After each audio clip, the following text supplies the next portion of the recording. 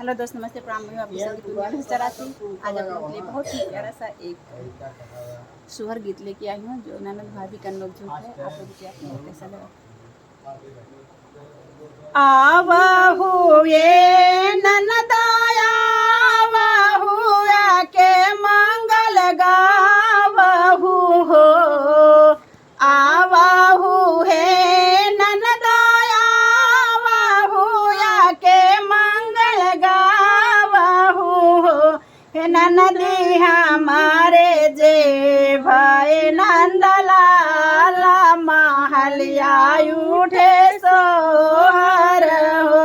हे ननदा हमारे जे भाई नंदलाल महलिया उठे सोहर हो।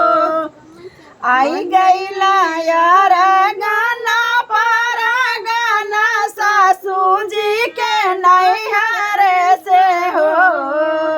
आई गईला यार गाना पर गाना सासू जी के नैहर से हो। बहने ये का नहीं आयो रे ननदिया आंगनवा सुने लागेला हो। बहने ये का नहीं आयो रे ननदिया आंगनवा सुने लागेला हो। आई गाए रांगा परासना हमारे नैहरवा से हो। आई गईला रांगा परासना हमारे नैहरवा से हो। बहने ये का नहीं आए रे भाया नवाया आंगनवा सुने लागेला हो। बहने ये का नहीं आयो रे भाया नवाया आंगनवा सुने लागेला हो।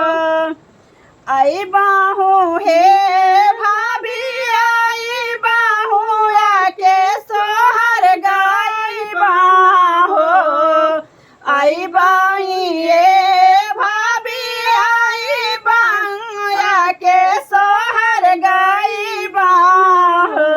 भाभी हमारो जे भाई है भतीजावा पलंगा लेके आई बना हो। भाभी हमारा जे भाई है भतीजावा पलंगा लेके आई बना